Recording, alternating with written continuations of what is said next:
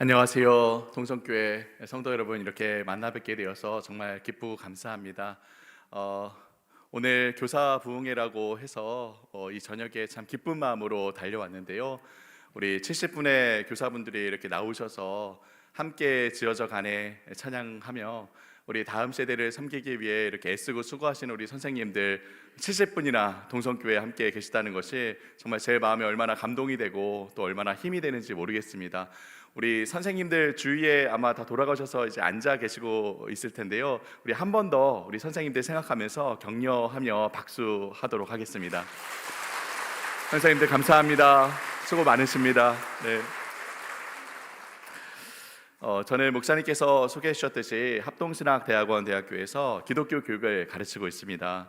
우리 귀한 공동체 초대해 주셔서 이렇게 함께 다음 세대를 향한 마음을 나눌 수 있어서 정말 감사하고요.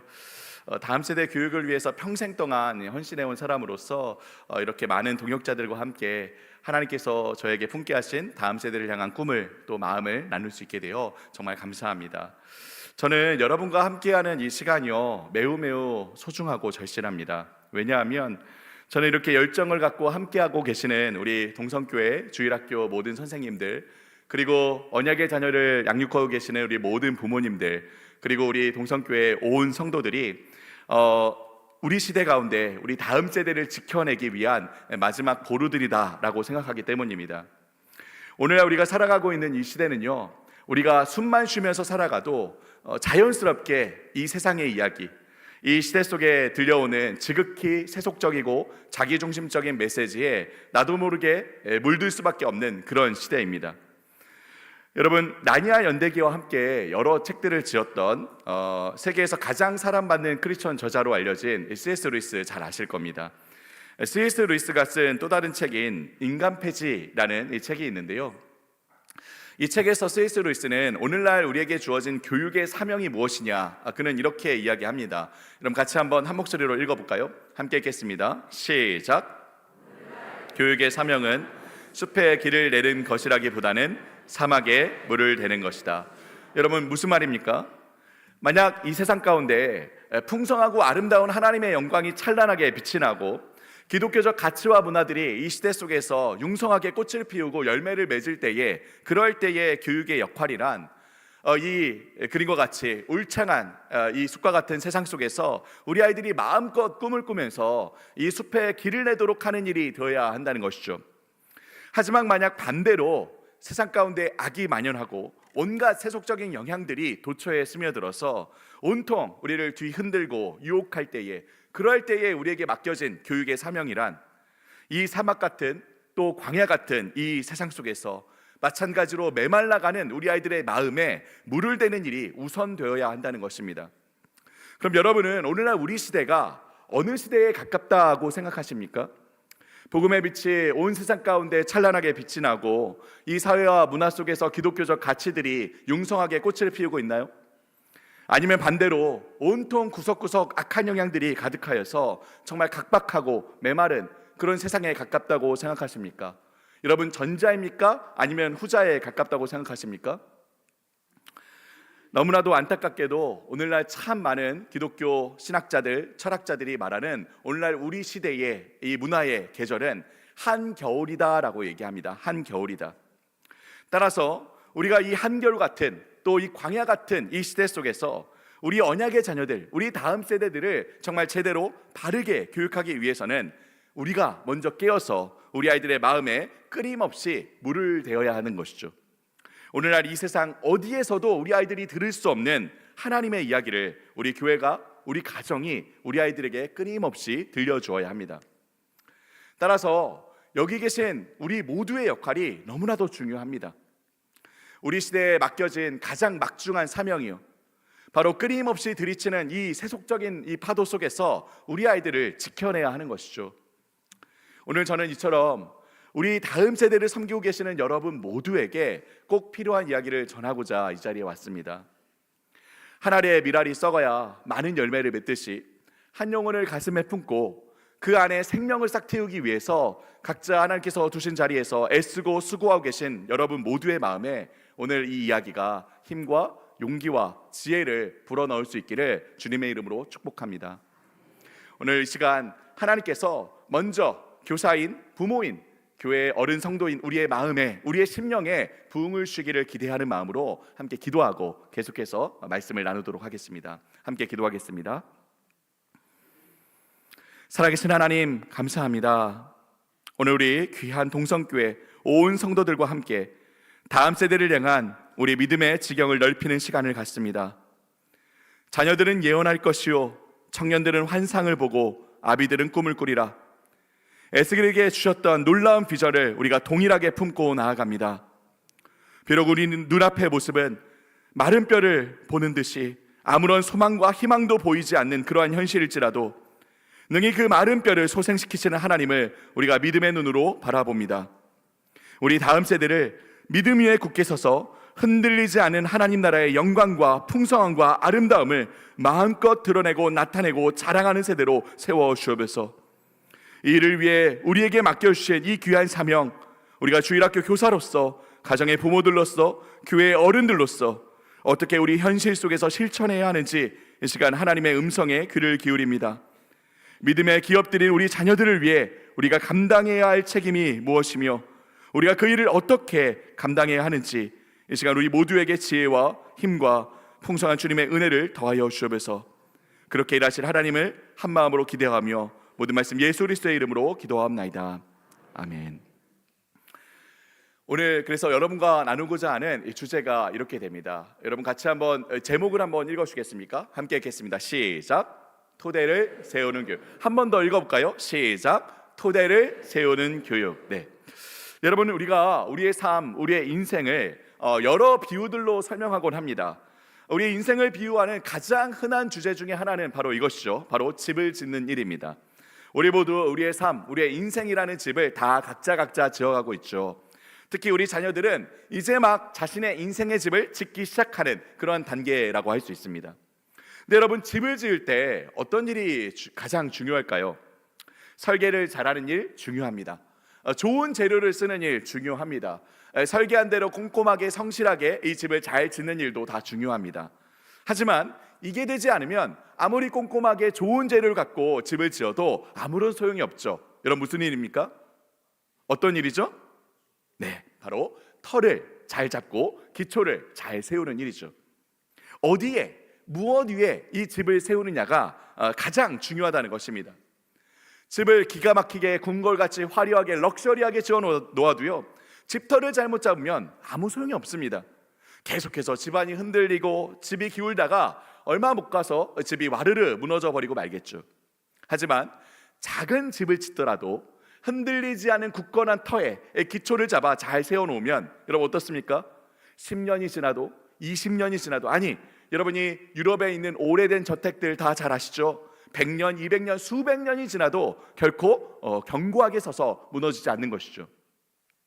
성경에도 똑같은 이야기가 있는 거 아실 겁니다. 바로 마태복음이죠. 마태복음 7장 24절에서 27절 말씀인데요. 여러분 같이 한번 우리 이 말씀 함께 한 목소리로 읽어볼까요? 함께 읽겠습니다. 시작. 나의 이 말을 듣고 행하는 자는 그 집을 반석 위에 지은 지혜로운 사람 같으리니 비가 내리고 창수가 나고 바람이 불어 그 집에 부딪히되 무너지지 아니하나니 이는 주추를 반석 위에 놓은 까닭이요 나의 이 말을 듣고 행하지 아니하는 자는 그 집을 모래 위에 지은 어리석은 사람 같으리니 비가 내리고 창수가 나고 바람이 불어 그 집에 부딪힘에 무너져 그 무너짐이 심하니라. 네, 여기 정확하게 똑같은 이야기를 하고 있죠. 어떤 사람들은 집을 반석 위에 세웠다고 합니다. 그랬더니 아무리 비바람이 치고 폭풍이 불어도 견고하게 서서 절대로 무너지지 않는 것이죠. 그래서 성경이 이런 사람들을 가리켜서 어떤 사람이라고 합니까? 네, 맞습니다. 지혜로운 사람이라고 합니다. 여러분 저를 한번 따라해 주시겠습니까? 지혜롭다. 지혜롭다. 네, 그런데 어떤 사람은 집을 모래 위에 지은 거죠. 그랬더니 처음에는 멀쩡해 보였는데 대번에 비가 내리고 홍수가 나고 바람이 불고 난리가 나자 집이 와르르 무너져 버린 거죠. 그래서 성경이 이런 사람을 가리켜 뭐라고 합니까? 어떤 사람이요? 어리석은 사람이라고 하죠. 여러분 또 따라해 주시겠습니까? 어리석다. 어리석다. 네, 우리의 또 우리 자녀들의 삶도 인생도 마찬가지라는 것입니다. 우리 모두 각자의 이 삶의 집을, 인생의 집을 지어가고 있는데 과연 어떤 기초 위에, 어떤 토대 위에 이 인생의 집을 짓냐에 따라서 이렇게 견고한 인생, 결코 흔들리거나 무너지지 않는 인생을 사는 지혜로운 사람이 될 수도, 여기저기 흔들리는 인생, 이리저리 방황하는 인생, 결국 와르르 무너져 내릴 인생을 사는 그런 어리석은 사람이 될 수도 있다는 것이죠. 여러분, 그런데 세상은 어떨까요? 이 세상은요, 세상 사람들은 과연 어떤 토대 위에 자신의 인생의 집을 짓고 있을까요? 제가 최근에 우리나라의 트렌드를 연구하는 학자들이 나와서 서로 대화를 나누는 어떤 영상을 보게 되었습니다. 이분이 최근 한 2, 3년 안에 우리 대한민국에서 일어났던 여러 삶의 트렌드들, 특히 젊은 사람들의 삶의 이 방향에 대해서 이야기를 나누는데, 여러분 이렇게 이야기를 하더라고요. 처음부터 하나씩 읽어보겠습니다. 처음부터 읽어보죠. 시작. 욜로, 갓생, 엔잡, 워라벨, 파이어, 영끌비투, 부메랑, 짠테크. 여러분 이 중에 아마 뉴스에서 보신 단어도 있고 생소한 단어도 있을 텐데요. 어쨌든 불과 몇 년 사이에 우리나라 사람들, 특히 젊은 이 사람들이 추구하는 삶의 방향과 패턴이 여러분 어떻습니까?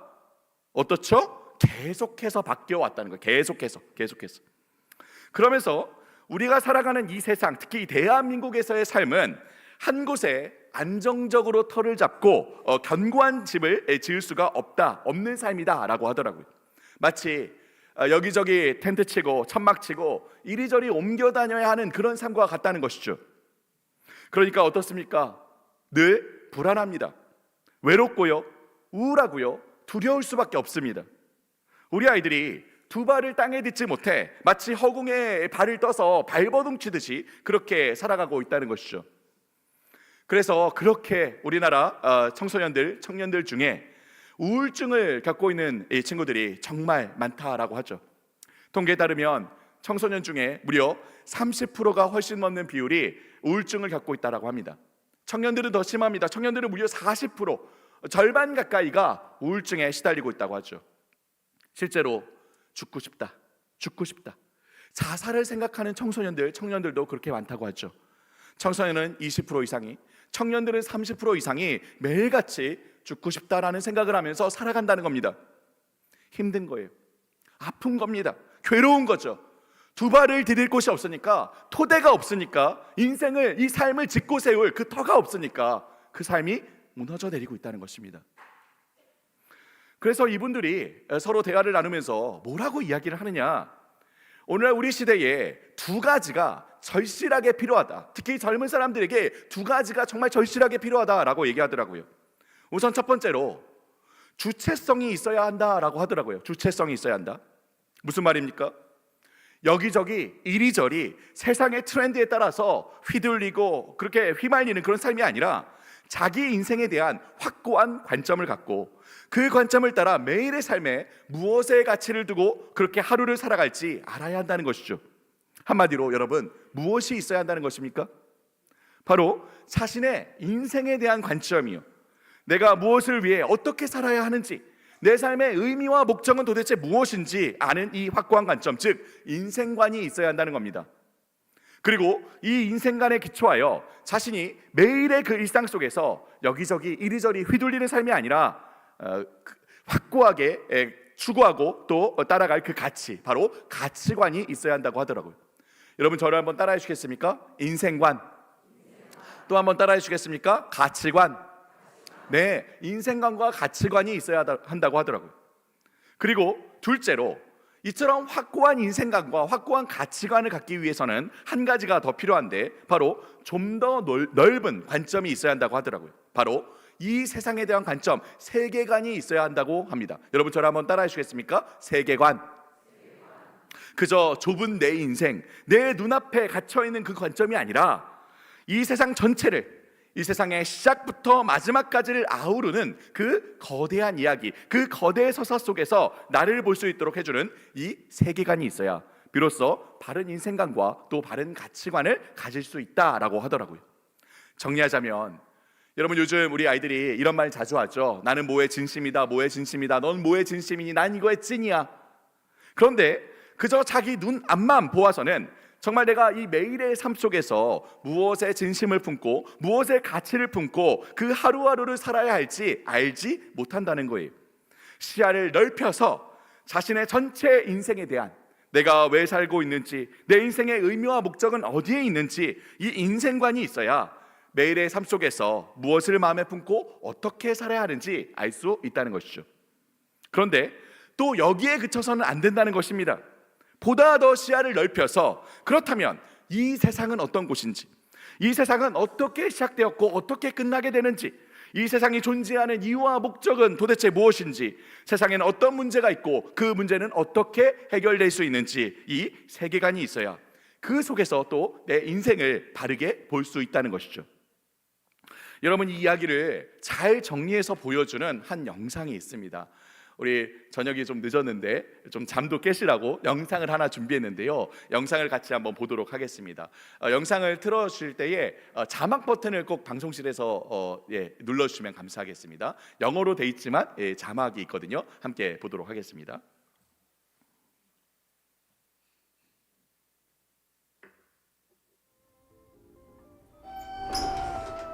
This is Sasha. This is Sam.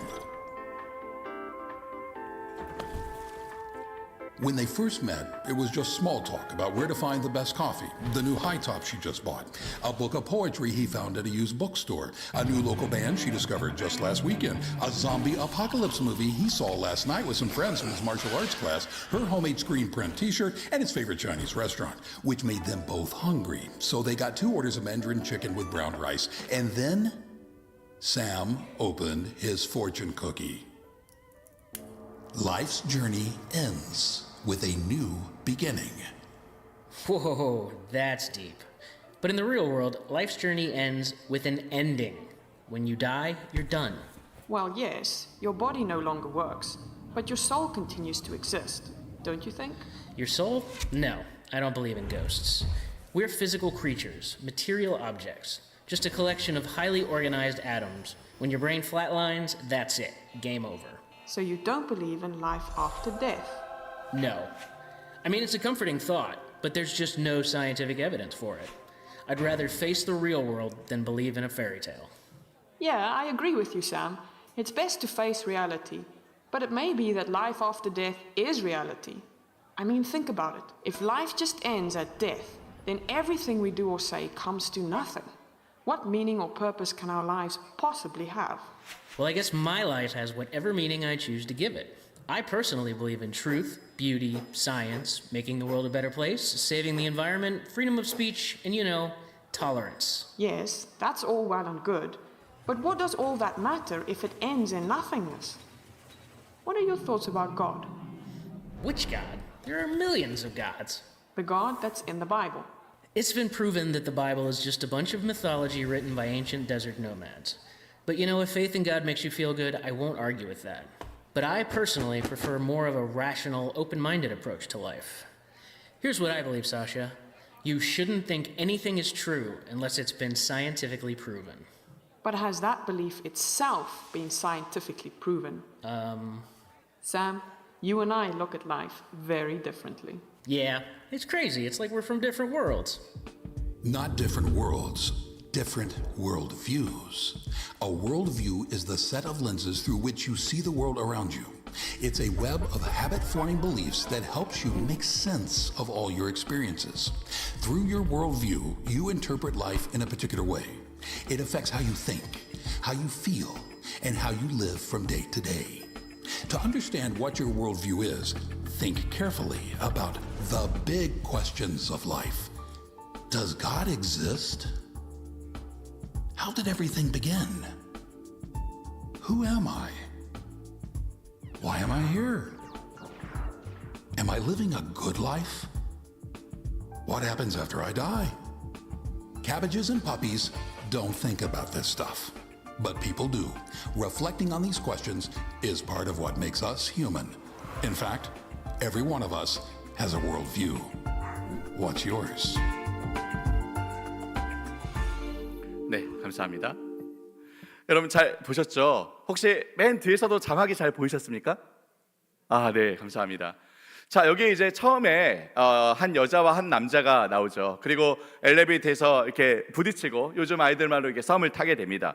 그리고 둘이 데이트를 하면서 이야기를 나누는데 처음에는 일상 속에 여러 이야기를 나누죠. 뭐 티셔츠 이야기, 영화 이야기, 뭐 신발 이야기, 여러 이야기를 나누는데 그런 이야기를 할 때는 대화가 잘 이루어졌습니다. 데이트가 잘 된 거죠.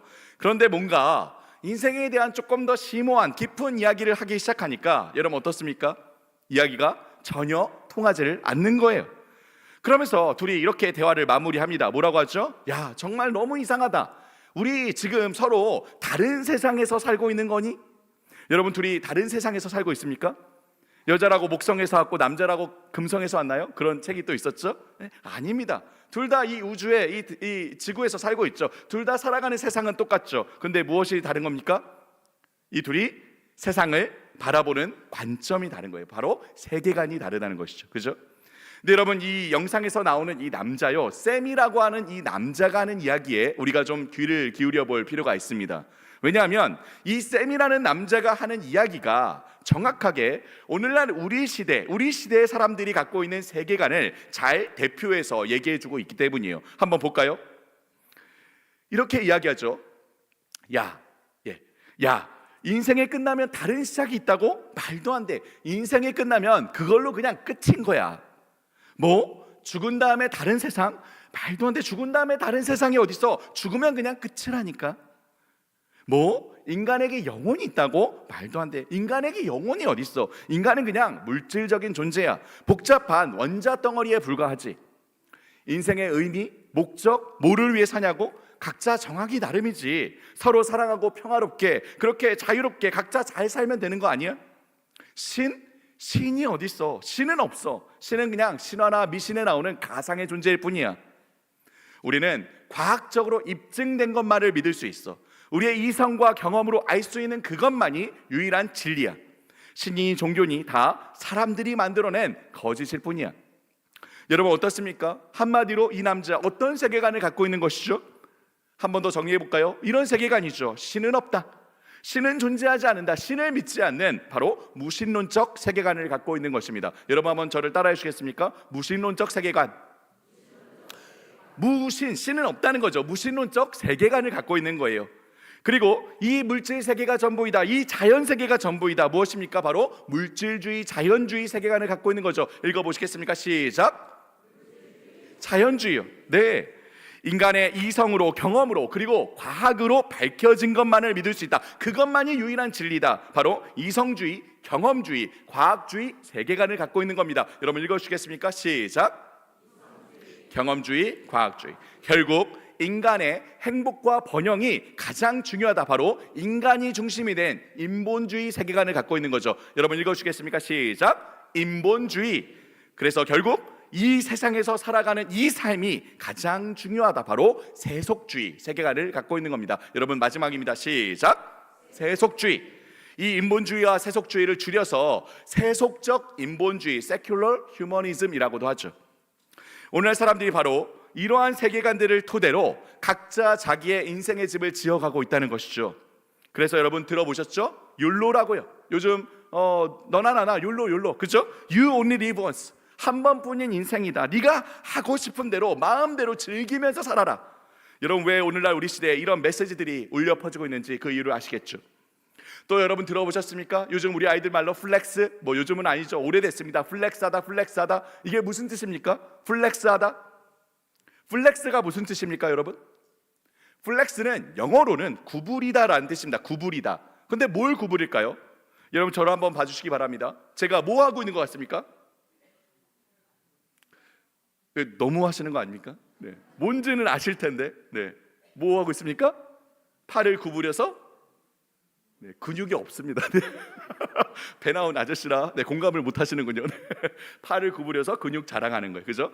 플렉스는 자랑하다라는 의미예요. 근데 뭘 자랑하느냐? 바로 돈을 막 쓰는 거죠. 낭비하는 겁니다. 그러면서 막 값비싼 뭐 스포츠카를 사고, 또 요즘에 여러분 들어보셨죠? 오마카세 뭐 파인다이닝 한 끼에 얼마라고요? 30만 원, 50만 원씩 하는 그런 값비싼 음식을 먹고 호캉스를 가고 명품을 사고, 그리고 그것들 SNS에다 올려서 자랑한다, 자랑질한다. 그걸 뭐라고 한다고요?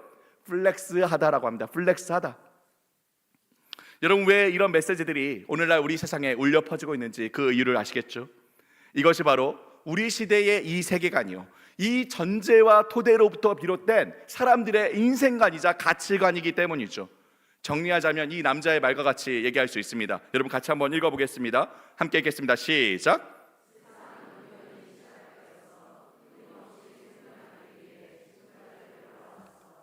죽으면 끝이야.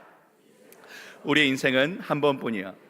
그러니 뭘 그렇게 얽매이고 고생하며 살아. 그냥 행복하면 돼. 잘 살면 돼. 그러니 즐겨, 플렉스해. 수단과 방법을 가리지 말고 돈 많이 벌어. 그래서 하고 싶은 거 하면서 살면 성공하는 거야. 그러면 성공한 인생이라는 거예요. 그러면 행복한 인생이라는 거죠. 이것이 바로 오늘날 우리가 살아가고 있는 이 세상의 일반적인 세계관이자 인생관이자 가치관이라고 할 수 있는 거죠.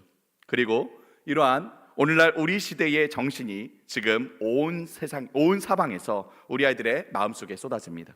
우리가 듣는 음악, 우리가 보는 영화, 드라마, 광고, 유튜브, SNS 등등 이런 똑같은 메시지가 끊임없이 우리 아이들의 마음에, 우리의 마음에 쏟아지고 있다는 것이죠. 사랑하는 성도 여러분, 이 말에 동의하십니까? 정말 우리가 살아가는 의미와 목적과 가치가 여기에 있습니까? 당연한 이야기지만요, 하나님께서는 결코 우리를 이렇게 살게 하려고 만드시지 않으셨습니다. 하나님께서는 우리를, 또 우리의 자녀들도 마찬가지죠, 결코 이렇게 그저 자기 눈앞의 욕심과 욕망을 쫓아 토대 없이 이리저리 방황하며 옮겨 다니다가 결국 무너져버릴 삶을 살게 하려고 만드시지 않으셨다는 거예요. 하나님께서는 자녀인 우리 모두를 참으로 사랑하시고요, 우리 모두가 진정으로 행복하기를 간절히 바라십니다. 여러분 믿으십니까? 여러분 믿으십니까?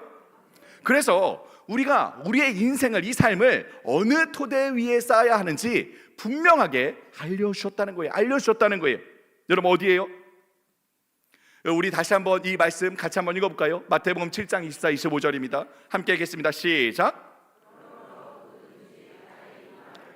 행하는 자는 그 집을 반석 위에 지은 지혜로운 사람 같으리니 비가 내리고 장수가 나고 바람이 불어 그 집에 부딪히되 무너지지 아니하느니 이는 주추를 반석 위에 놓은 까닭이요. 네, 여기 이 말씀에 정확하게 나오잖아요, 그죠?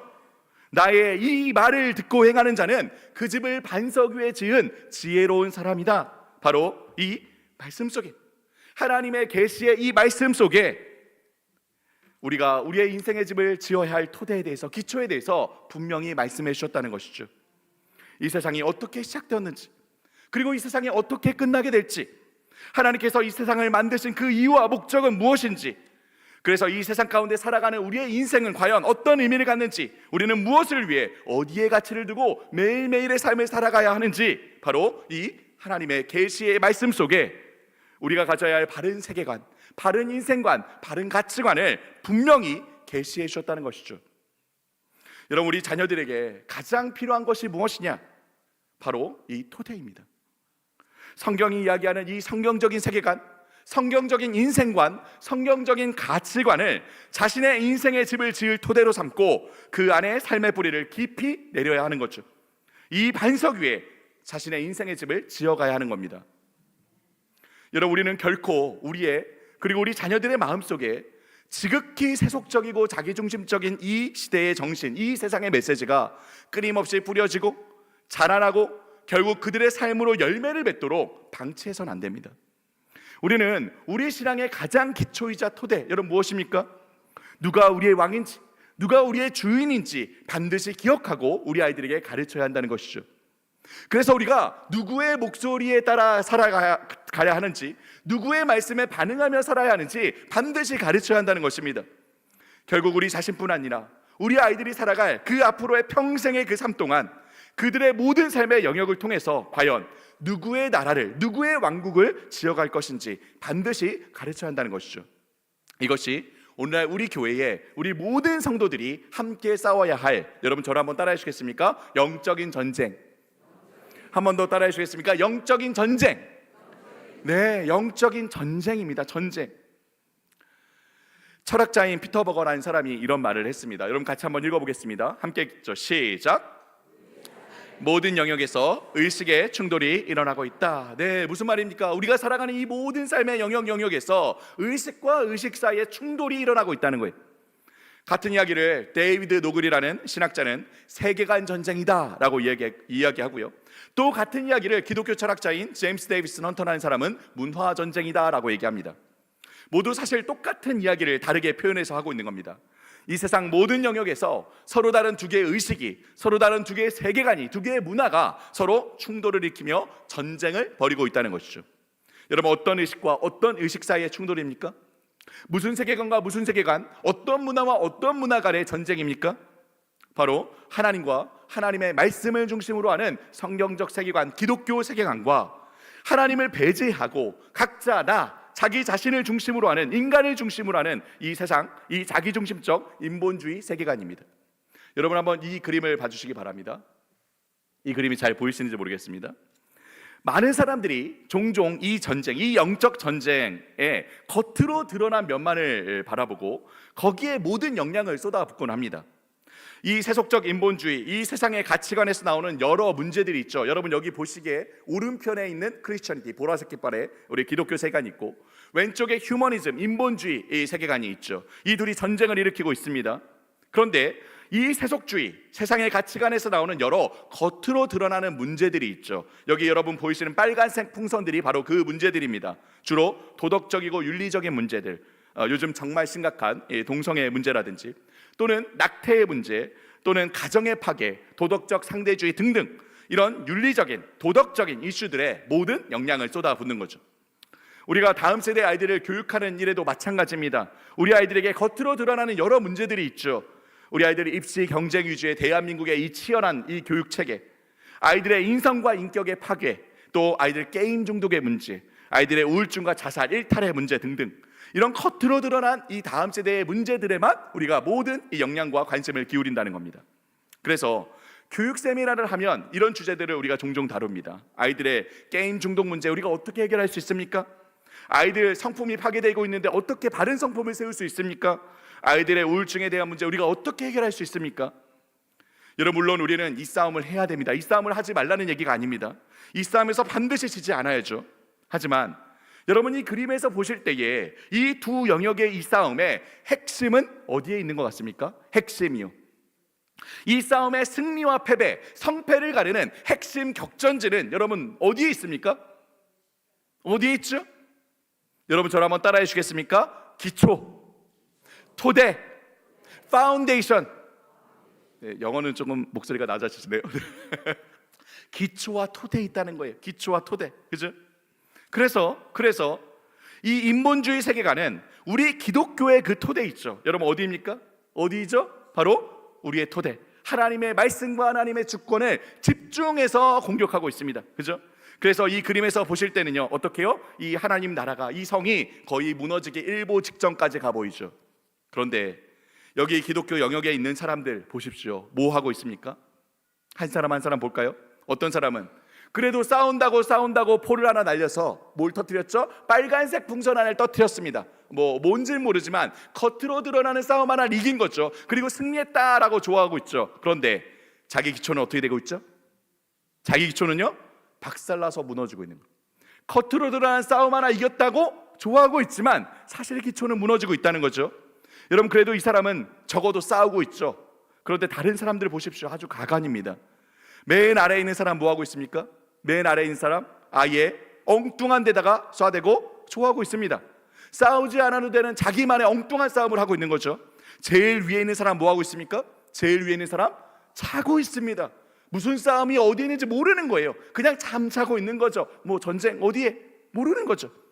그 아래 빨간 옷 입은 사람은 적어도 문제가 있다는 건 압니다. 전쟁이 벌어지고 있구나. 근데 뭐 하고 있습니까? 팔짱 끼고 아무것도 안 하고 있어요. 그죠? 방관하고 있는 거죠. 여러분, 그래도 이 사람들은 다 그나마 낫습니다. 제일 심각한 사람 누구일까요? 제일 아래에 있는 이 사람이요. 뭐 하고 있습니까? 뭐 하고 있죠? 자기가 자기 기초를 쏴서 자기가 자기 기초를 허물고 있어요. 무엇입니까? 하나님을 믿는다고, 예수님을 믿는다고 빠지지 않고 교회에 오는데 사실 그 마음의 중심에는 하나님이 없는 거예요. 그 마음의 중심에는 여전히 내가 자리 잡고 하나님의 말씀이 아닌 그저 자기 뜻대로 살아가고 있는 거죠. 그러니 사실 자기가 스스로 자기 기초를, 그 하나님의 주권을 허물고 있는지도 모르고 그렇게 아무 의식 없이 살아가고 있다는 겁니다. 물론 우리 동성교회는 이런 분들이 한 분도 계시지 않으시리라 믿습니다. 주여. 네. 주로 이쪽에서 아멘 하시고 이쪽은 침묵하시고, 이런 믿습니다. 아멘, 할렐루야. 네. 근데 여러분 한번 생각해 보시기 바랍니다. 우리가 혹시 부모로서 또는 주일학교 교사로서 교회 어른들로서 혹시 우리가 우리 다음 세대를 대하는 태도가 이렇지는 않은지 한번 여러분 생각해 보시기 바랍니다. 혹시 아이들과 겉으로 드러나는 아이들의 문제만 붙잡고 씨름하면서 온 정신과 힘을 거기에다가만 쏟고 있지는 않습니까? 우리 다음 세대 아이들이 디뎌야 할 그들의 마음의 중심의 신앙의 기초는 그 하나님의 주권과 하나님 말씀은 다 허물어져 가고 있는데 말이죠. 혹시 뭐가 문제인지 전혀 감을 못 잡고 엉뚱한 싸움을 하고 있지는 않습니까? 또는 방관하고 있거나 아니면 아예 잠을 자고 있지는 않습니까? 제일 심각한 것은요, 우리가 알게 모르게 우리의 이 삶을 통해, 우리의 모습을 통해 우리 다음 세대 아이들의 마음에 세워야 할 하나님의 주권을 우리 손으로 허물고 있지는 않습니까? 신앙이 있다고 하지만 사실 우리 삶은 하나님 중심이 아닌 지극히 자기 중심적인 삶을 살아가기, 우리의 입술로는, 우리의 말로는 신앙이 중요하다, 믿음이 중요하다 말하지만 실제 우리의 삶으로는 이 세상의 이 메시지, 이 세상의 정신, 바로 자기 중심적인 이 인본주의 세계관을 우리 아이들의 마음에 심고 있지는 않냐는 것이죠. 사랑하는 여러분, 우리 아이들의 마음의 중심에서 벌어지고 있는 이 싸움이요, 이 주권의 싸움을 우리가 놓친 채 드러나는 아이들의 문제만 해결하려고 들어서는요, 전혀 문제가 해결되지 않습니다. 오히려 세대와 세대 사이의 갈등만 심화되고 우리 아이들로 신앙을 잃고 교회를 떠나도록 만들 뿐이죠. 사랑하는 성도 여러분, 이 싸움의 핵심은 여러분 어디 있습니까? 여러분 저를 한 번 더 따라해 주시기 바랍니다. 기초, 토대. 네, 그래서 이 그림처럼 되어야 하는 거죠. 피터 버거가 말하듯이, 이 데이비드 노글, 제임스 헌터가 동일하게 얘기했듯이 이 싸움은 의식의 충돌입니다. 세계관 전쟁, 문화 전쟁, 즉 전제와 전제끼리의 싸움이라는 거예요. 전제와 전제끼리의 싸움. 우리가 다음 세대를 교육하고 세우는 데 있어서 겉으로 드러나는 아이들의 문제만 볼 것이 아니라 바로 그 전제, 이 토대가 핵심이라는 것이죠. 세상이 말하듯이 우리의 주권은요, 우리 자신에게 있는 것이 아닙니다. 내가 나의 주권을 갖고 있는 것이 아니라는 것이죠. 여러분, 우리의 주권은 어디 있습니까? 여러분, 우리의 왕은 누구시죠? 여러분, 우리의 주인은 누구십니까? 하나님 아닙니까? 하나님, 그렇죠? 우리의 주권을 가지신 우리의 왕, 우리의 주인, 우리 하나님을 향한 이 뜨거운 사랑과 열정이 우리의 가슴 속에, 우리 다음 세대의 마음 속에 세워져 있냐는 것입니다. 여러분, 우리는 세상이 말하듯이 자아의 중심을 각자 자기 내면에 두고 각자 자기 보기에 옳은 대로, 자기 소견에 옳은 대로, 자기 프레임대로 보고 판단하고 결정하며 살아가는 사람들이 아닙니다. 우리는 오직 모든 진리의 기준을 여러분 어디에 두고 살아갑니까? 어디에 진리의 기준이 있죠? 말씀이에요. 그죠? 하나님 말씀에. 이 하나님의 말씀에 대한 전적인 신뢰와 믿음이 우리의 가슴 속에, 우리 다음 세대의 마음 속에 여러분 굳건한 토대로 세워져 있냐는 것이죠. 여러분, 우리 아이들이 이 성경 하나님의 말씀을 볼 때 내 삶과는 아무런 관련이 없는 저 고대 근동 지역의 고문서 정도로 여겨서는 안 된다는 거예요. 우리 아이들이 이 말씀을 볼 때 그저 내가 죽어서 천국 가기 위한 가이드북 정도로 생각해서는 안 된다는 것이죠.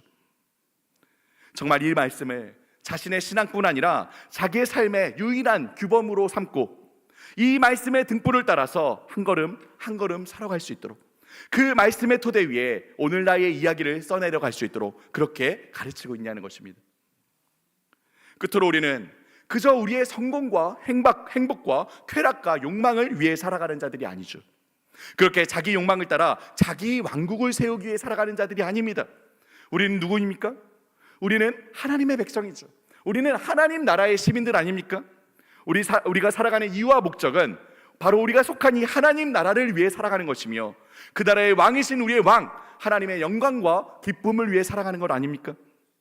바로 이 하나님 나라가 우리의 모든 삶을 통해서 드러나기를, 그리고 언젠가 우리 구주 예수 그리스도께서 다시 이 땅에 오시는 날 온전히 완성되기를 간절히 바라는 소망과 열망이 우리의 가슴 속에, 우리의 다음 세대의 마음 속에 굳건한 토대로 세워져 있냐는 것이죠.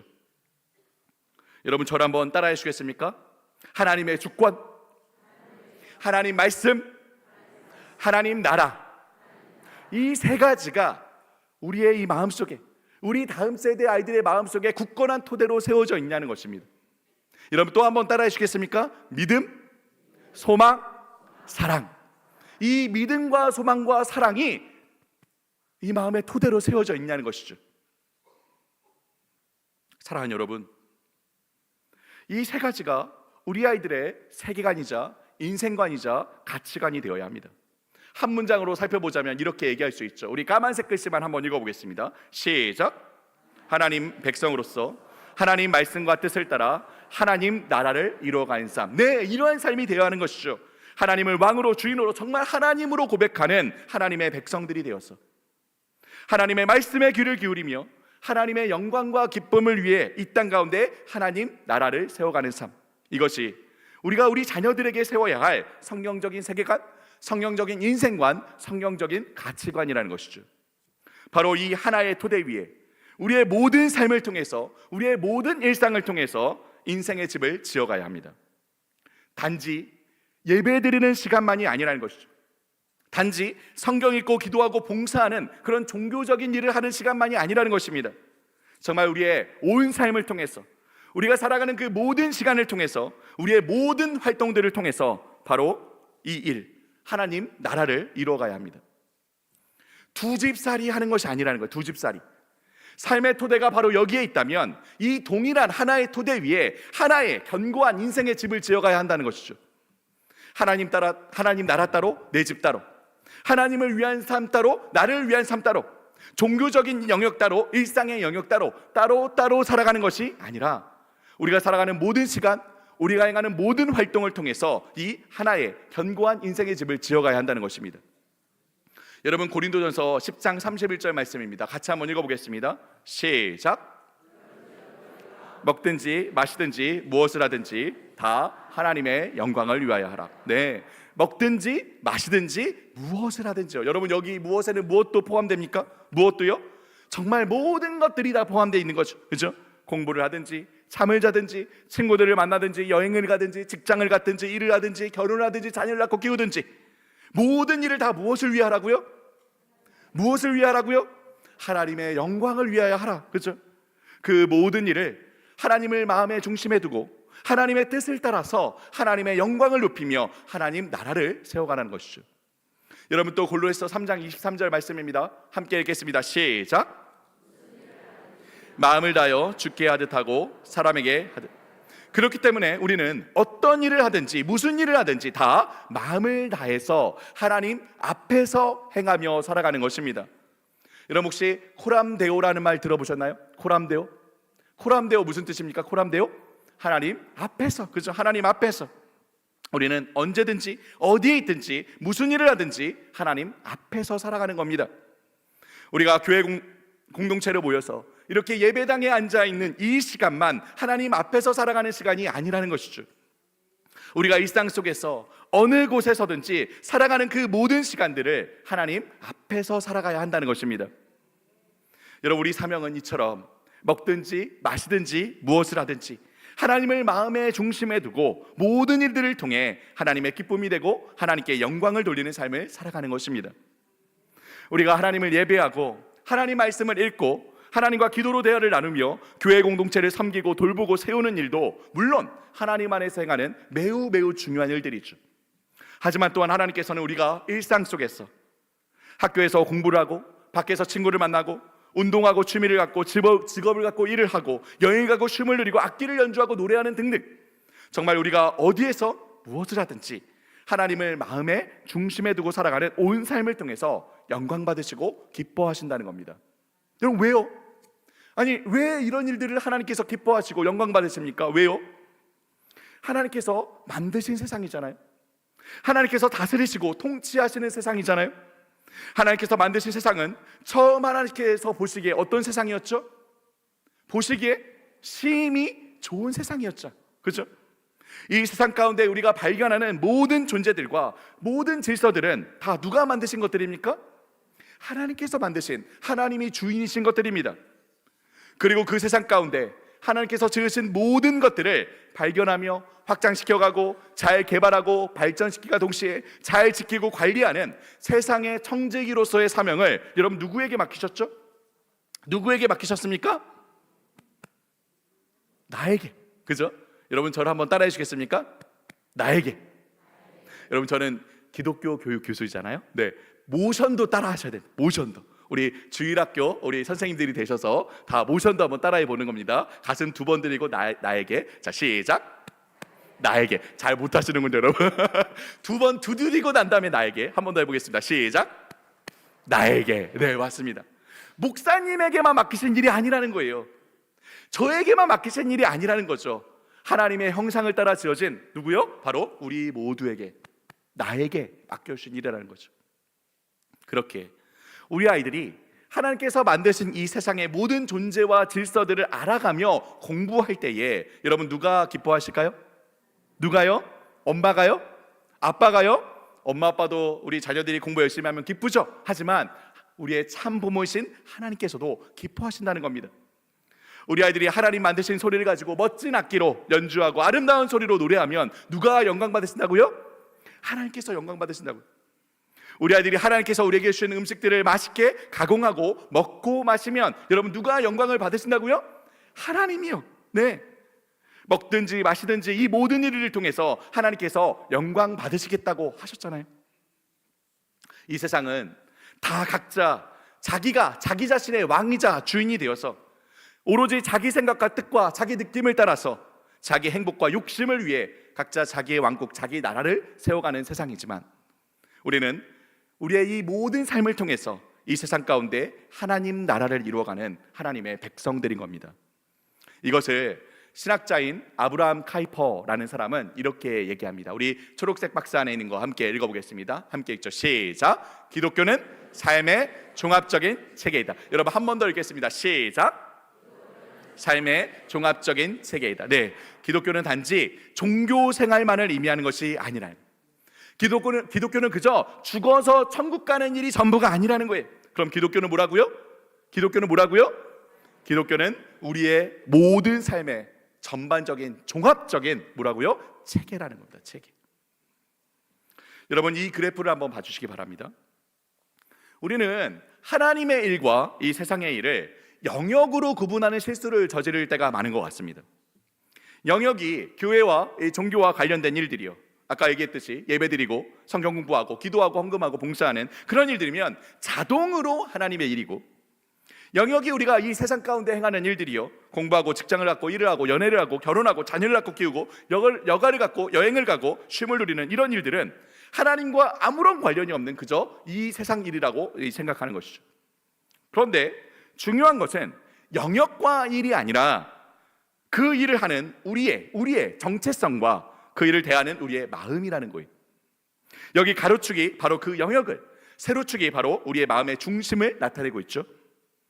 여러분 보시기에 오른쪽에 있는 종교적인 영역이라고 해서 다 자동으로 그냥 하나님의 일이고, 왼쪽에 교회 밖의 세상의 일이라고 해서 다 하나님과 아무런 상관이 없는 세속적인 일이라는 이 이분법적 사고는 전혀 성경적인 사고가 아닙니다. 세상이 만들어 놓은 왜곡된 사고이죠. 종교적인 영역이라도 만약 그 일을 내가 중심에 서서 나의 욕심과 나의 의를 이루기 위해 한다면 여러분 그것은 하나님의 일입니까? 하나님의 일인가요? 아닙니다. 그것이야말로 사실 세속적인 일이죠. 딱 그런 사람들이 성경에 나오잖아요. 누구입니까? 바로 바리새인들이요. 바리새인들. 예수님께서 바리새인들을 향해 말씀하십니다. 독사의 자식들아, 회칠한 무덤들아. 왜요?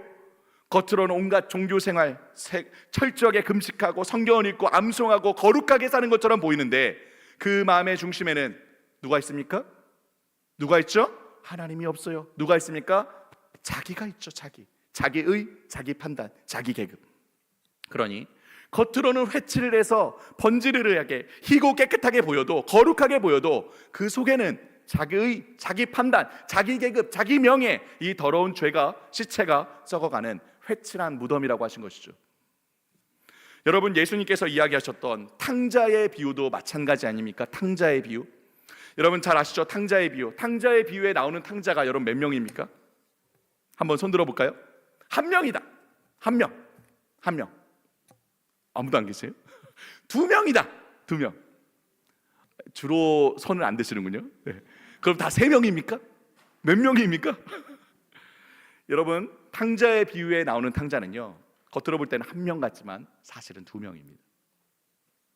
자기 욕심을 따라서 아버지 재산 다 받아가지고 세상 밖으로 나가서 창기와 함께 뒹굴며 허랑방탕하게 써버린 이 둘째 아들이요, 물론 탕자이죠. 탕자입니다.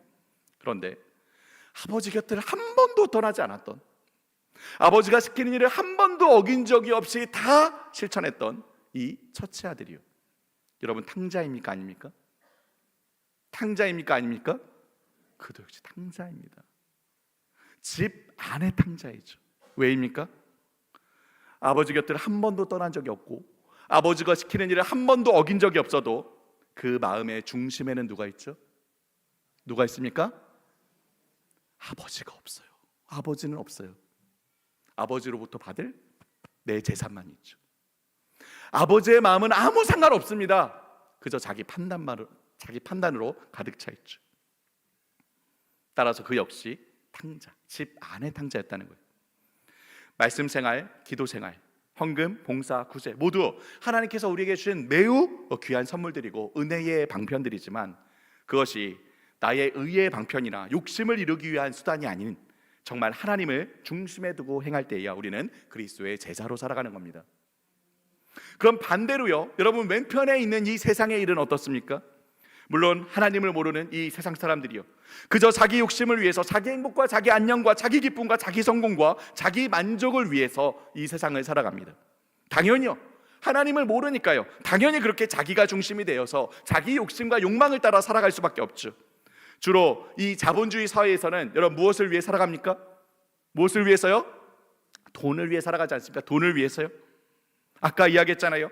욜로, 플렉스, 끊임없이 자기 욕심과 욕망을 이루기 위해 토대 없는 인생을 불행하게 살아갑니다. 그런데 여러분 삶이 정말 이런 걸까요? 이렇게 그저 돈 많이 벌어서 내가 먹고 싶은 거 먹을 수 있고 가고 싶은 데 마음대로 가고 하고 싶은 거 마음대로 하면서 그렇게 그저 놀고 먹고 살면, 플렉스하고 SNS다가 올리고 떵떵거리며 자랑하며 살면 성공한 삶, 행복한 삶입니까? 아니요. 아까 이야기했죠. 그저 트렌드와 대세를 따라서 허덕이며 살아가는 이 삶이 얼마나 불행한 줄. 그렇게 자기 욕심을 따라 살아간 모든 사람들이 반드시 인생의 어느 한순간 후회하게 됩니다. 왜냐하면 아무리 그 뚫린 마음을 채우기 위해 세상 가운데 발버둥치며 살아도 그 마음의 공허함을, 그 빈자리를 세상 어느 것으로도 채울 수가 없거든요. 왜입니까? 바로 그 자리는 다른 누구의 무엇의 자리가 아니라 하나님의 자리이기 때문이죠. 영원을 사모하는 우리 인간의 마음은 영원이신 하나님으로만 채울 수 있습니다. 성도는 바로 그 마음과 삶의 중심을 하나님께 두고 그가 살아가는 그 모든 영역에서 모든 일들을 통해 하나님을 기쁘시게 하고 하나님께 영광을 높이는 자들입니다. 하나님의 부르심을 따라 맡겨주신 그 자리, 그 사람들과의 관계, 그 일, 그 모든 사명들을 정말 충성스럽고 신실하게 담당하며 살아가는 소명자인 것이죠. 여러분 저를 한번 따라해 주시겠습니까? 소명자. 한 번 더 따라해 주시겠습니까? 소명자.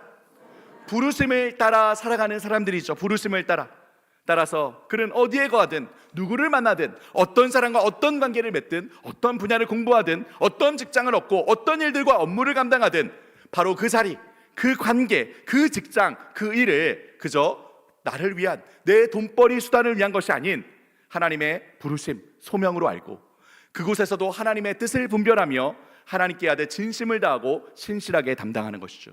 그렇게 우리는 우리의 모든 삶을 통해서 하나님 나라를 증거하고 드러내며 살아가는 하나님의 백성으로 살아가는 것입니다. 사랑하는 성도 여러분, 따라서 우리는 반드시 성경적 다음 세대 교육의 제1원리를 반드시 기억해야 합니다. 무슨 원리냐? 바로 역영지근의 원리입니다. 여러분 한번 읽어주시겠습니까? 시작. 제가 학교에서 기독교 교육학을 가르치는데요, 학생들에게 늘 강조하는 것이 바로 이것입니다. 기독교 교육의 제1원리 무엇이냐? 바로 역영지근의 원리이다. 여러분 한 번 더 읽어볼까요? 시작. 역영지근. 여러분 무슨 뜻일까요?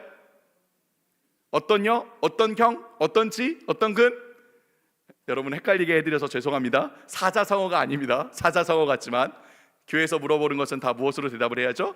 말씀으로 대답을 해야죠. 무엇입니까? 그렇죠, 맞습니다. 여호와를 경외하는 것이 지식의 근본이라. 줄여서 여경지근. 여러분 한번 같이 한번 읽어볼까요? 여호와를 시작. 여호와를 경외하는 것이 지식의 근본이라. 여러분 이게 그래도 1원리라는데 좀 더 큰 소리로 한번 읽어보겠습니다. 시작. 여호와를 경외하는 것이 지식의 근본이라. 아멘. 여러분 우리가 반드시 기억해야 합니다. 잊지 말고 이 원리를 따라서 우리 아이들을 양육해야 돼요. 오늘날 다 자기가 자기 인생의 주인이 되어서 자기 보기에 옳은 대로, 자기 소견에 옳은 대로 살아가며 자기 욕심을 이루기에, 자기 욕망을 위해 살아가는 이 시대 속에 우리는 반드시 이 여경지근의 원리를 기억하고 이 원리를 따라 우리 아이들을 양육하고 가르쳐야 합니다. 여러분 우리 아이들이요, 학교에서 어떤 과목들을 배우나요? 정말 많은 과목들, 많은 지식들을 배웁니다.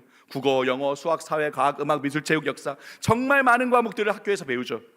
아침 일찍 일어나서 밤 늦게까지 학교 가고 학원 갔다가 집에 와서 복습하고 예습하고 숙제하고 밤 늦게 자고 또 새벽같이 일어나서 학교 가고 학원 가고 공부하고, 그죠? 하루 24시간이 부족하도록, 일주일 168시간이 부족하도록 그렇게 공부만 하며 살아갔죠. 아주 어렸을 때부터 또 청년까지 근 20년 30년 동안의 시간들을 공부에만 목을 매며 살아갑니다.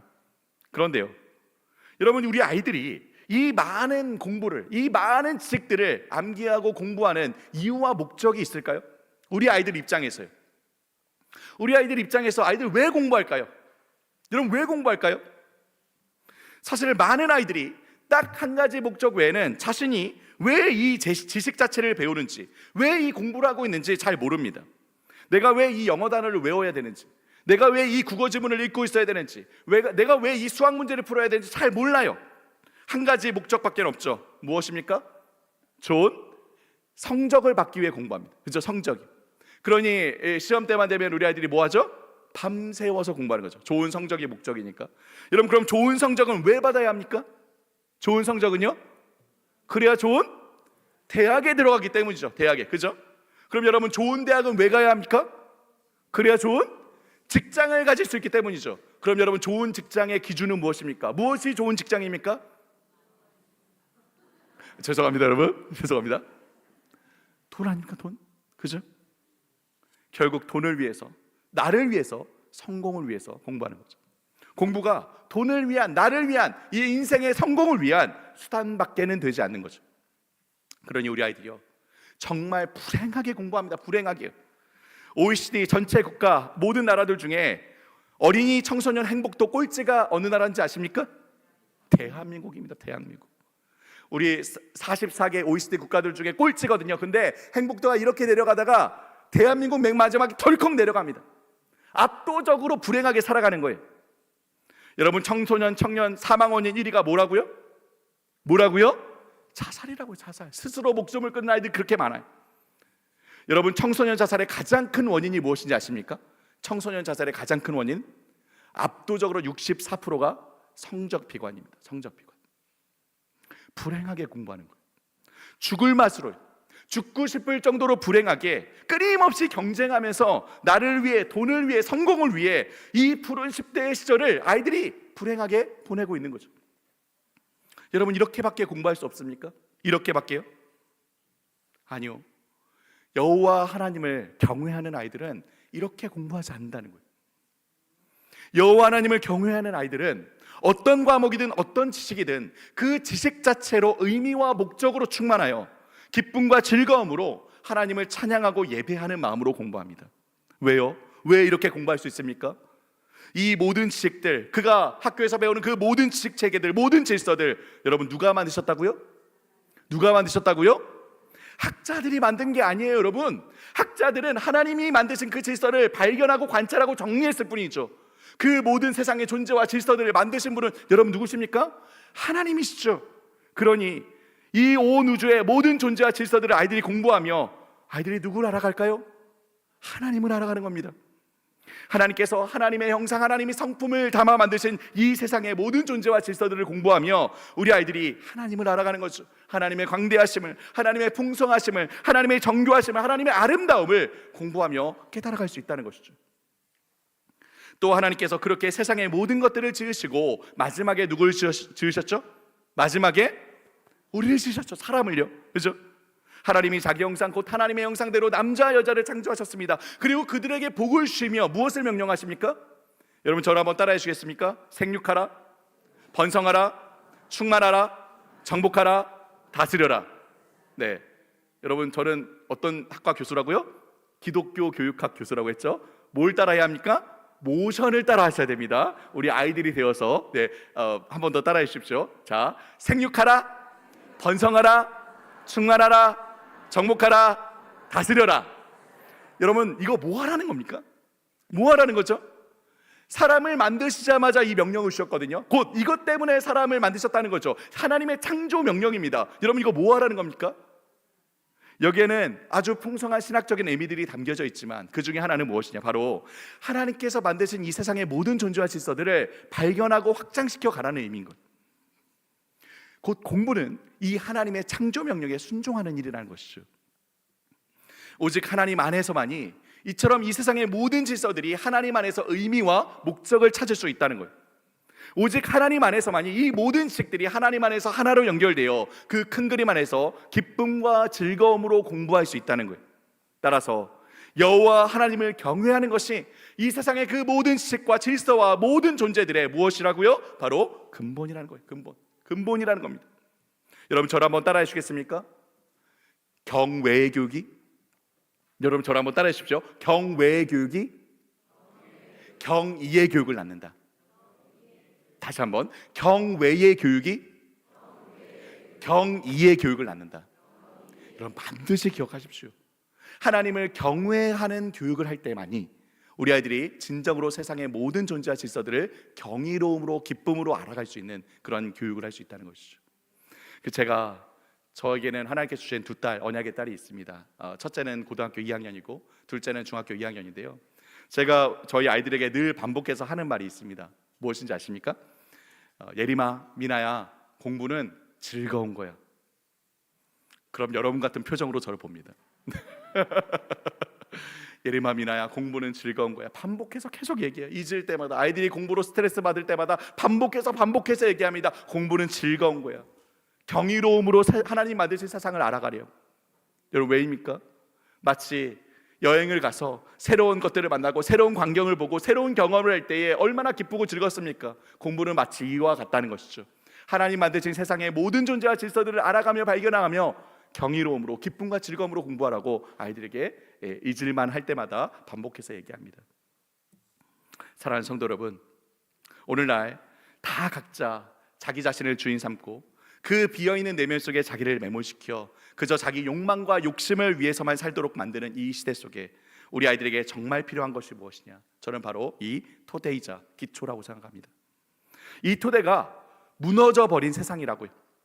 하나님을 배제시키고 다 각자 스스로 나를 왕으로 주인으로 삼고 다 자기 자신의 뜻을 따라서 자기 소견에 오른 대로 자기 욕심과 욕망을 위해 끊임없이 허덕이며 방황하는 시대이죠. 이 세상 속에 우리는 반드시 우리 자녀들이 자신들의 이 삶을, 이 인생을 견고하게 세울 수 있는 토대, 이 믿음과 소망과 사랑을 전해주어야 할 줄 믿습니다. 여러분 한 번 더 따라해 주시겠습니까? 토대를 세우자. 토대를 세우자. 어떤 토대라고요? 따라해 주십시오. 하나님의 주권, 하나님 말씀, 하나님 나라. 여러분 이 세 가지를 전해 주셔야 됩니다. 믿음과 소망과 사랑, 하나님의 주권, 하나님 말씀, 하나님 나라를 우리 주일학교 선생님들 또 부모님들이 우리 아이들에게 전해 주셔야 합니다. 이제 말씀을 맺겠습니다. 사랑하는 성도 여러분, 우리는 우리 다음 세대를 향해서 어떤 꿈을 품어야 할까요? 우리 아이들이 성공하는 꿈, 우리 아이들이 잘 사는 꿈, 우리 아이들이 훌륭한 사람이 되는 꿈, 우리 아이들이 행복하는 꿈. 네, 물론 우리 모두 우리 아이들을 사랑하고 우리 아이들이 건강하게 훌륭하게 잘 자라나 행복하게 잘 살기를 바라죠. 하지만 여러분 이런 꿈은 사실 믿지 않는 모든 사람들도 다 동일하게 품고 있는 꿈 아닙니까? 우리가 그리스도인이요 정말 하나님의 백성이라면, 그래서 우리 자녀들이 그저 내가 낳은 내 자식, 내 소유가 아닌 하나님께서 우리에게 맡기신, 우리 교회에게 맡기신 언약의 자녀라고 믿는다면 우리는 조금 다른 꿈을 품어야죠. 바로 하나님께서 우리 자녀들을 향해 품고 계시는 꿈입니다. 하나님께서 우리와 우리 자녀들을 포함한 모든 하나님의 백성을 향해 품고 계시는 꿈은 하나입니다. 바로 우리 마음의 중심과 주권을 하나님께 둔 하나님의 백성들이 되어 하나님의 말씀과 뜻을 따라 살아가며 우리의 온 삶으로 하나님 나라를 증거하고 드러내며 살아가는 것입니다. 오늘날 다 각자 자기 스스로를 왕으로 삼고 자기 생각과 뜻을 따라서 자기 욕망을 이루기 위해 살아가는 이 시대 속에 하나님께서는 하나님의 백성들이 물이 바다를 덮군 같이 일어나 하나님 나라의 그 영광과 풍성함과 아름다움을 온 세상 가운데 그들의 온 삶으로 증거하기를 간절히 바라십니다. 오늘 우리 계속 얘기했죠. 우리 자녀들의 마음에 그들의 왕 대신 하나님을 향한 뜨거운 사랑과 열정을 갖기를, 우리 자녀들의 마음에 하나님의 말씀에 대한 전적인 신뢰와 믿음을 갖기를, 우리 자녀들의 마음에 하나님 나라에 대한 간절한 소망과 열망을 품기를. 그래서 하나님께서 이 마지막 때에 우리 자녀들을 통해 하나님의 역사를 이어가시기를 꿈꾸며 기도합니다. 우리 동성교회 공동체 모든 선생님들과 부모님들이 이 다음 세대를 향한 하나님의 꿈을 품고 기도하며 우리 아이들, 우리 하나님의 언약의 자녀들을 양육해 가시기를 주님의 이름으로 축복합니다. 우리 함께 기도하겠습니다. 살아계신 하나님, 감사합니다. 오늘 우리 동성교회 온 성도들과 함께 다음 세대를 향하여 우리의 믿음의 지경을 넓히게 하시니 참 감사합니다. 우리 자녀들이 하나님의 약속의 자녀들임을 우리가 믿음으로 고백합니다. 하나님께서 우리 각 가정에 맡기신, 우리 교회에 맡기신 이 기업들을 우리가 이 세상의 이야기들에 빼앗기지 않겠다고 고백합니다. 우리가 주님의 기업들이 우리 아이들을 신실하게 키우고 양육할 때에 우리 자녀들이 이 믿음의 땅에 뿌리를 깊이 내리고 하나님 나라의 풍성함과 아름다움을 그들의 온 삶으로 드러낼 줄로 믿습니다. 하나님 안에서 늘 푸르고 싱싱한 나무가 되어 30배로 60배로 100배로 열매 맺는 삶을 살게 될 줄 믿습니다. 이 귀한 사명 우리 동성교회가 끝까지 붙들고 믿음으로 감당케 하여 주옵소서. 아무리 현실이 어렵고 버거울지라도 우리가 상상치도 못할 일들을 통해서 하나님의 약속을 이루시는 주님을 믿고 의지하며 포기하지 않고 다음 세대를 세우고 일으킬 때에 주님 놀라운 능력으로 일하실 하나님을 기대하며 바라보게 하여 주옵소서. 우리 구주 예수 그리스도의 이름으로 감사드리며 기도하옵나이다.